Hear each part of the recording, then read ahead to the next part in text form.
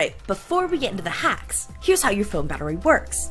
Smartphones, laptops, and Teslas all get their power from rechargeable lithium-ion batteries. All batteries have the same basic three parts: a positive electrode called a cathode, a negative electrode called an anode, and a chemical layer called an electrolyte that lets electrical charges flow between the electrodes. In lithium-ion batteries, the electrode combo is usually a lithium cobalt oxide cathode and a graphite anode. When you plug in your phone, electrons enter your phone's battery and cause lithium ions to meet up with them at the anode. Once at the anode, the lithium atoms nestle in sites between the graphite's carbon layers. When you unplug your phone, though, the process reverses. Lithium atoms at the anode start losing their electrons. The electrons zip through the circuit, providing the current to run your phone.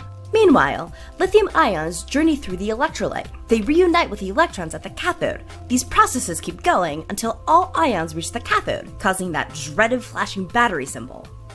Every time you burn through 100% of the battery's charge, which is called capacity, you take the battery through one charge cycle. Each cycle inches the battery closer to death by shaving off some of its total capacity. So, here's how to keep your phone's battery charge and life lasting longer with science.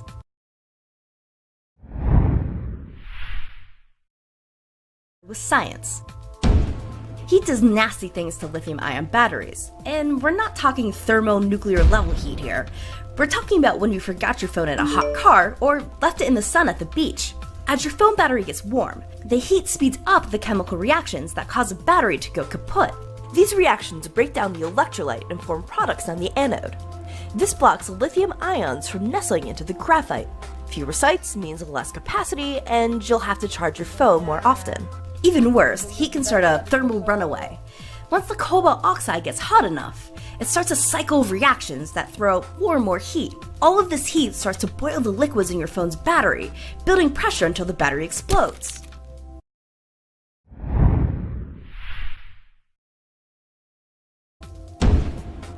Lithium-ion batteries don't need to be fully discharged before recharging, unlike nickel batteries.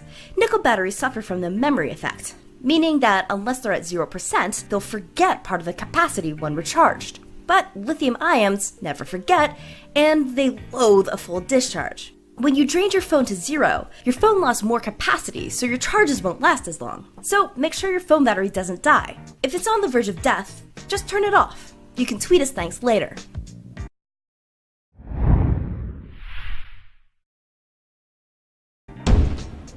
Okay, so we really weren't kidding about lithium ions hating it when you let your phone die. If you're leaving a fully discharged battery alone for a while, it could get unstable, like the thermal runaway and possibly blow up kind of unstable.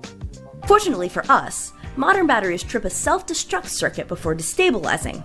Unfortunately for us though, self-destructive batteries will never work again. So if you're going on vacation to a foreign country where you won't be using your phone, make sure the battery charge is around 50% before turning it off. And if you're letting it sit for a longer period of time, turn it on about every 6 months to make sure it's charged to 50%. This way you avoid both self-destruction and capacity loss.